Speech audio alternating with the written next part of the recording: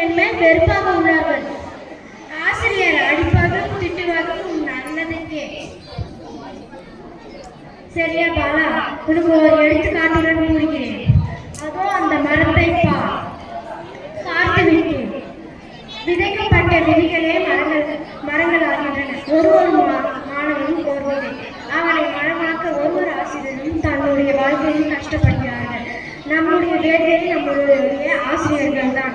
ஒரு ஆசிரியரும் உன்னை அடிப்படையே நீ உன்னை நல்பாரில் போக வைப்பதற்கு தான். சரியா? நன்றி ஐயா. நான் இதற்கு மேல் ஆங்கிலம் மட்டும் அல்லாமல் அனைத்து பாடங்களிலும் நல்ல மதிப்பெண் எடுப்பேன். நன்றாக படிப்பாரா?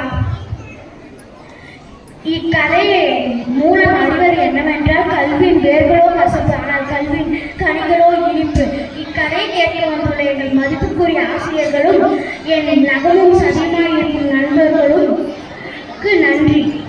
இனி ஆசிரியர் தின நல்வாழ்த்துக்கள்.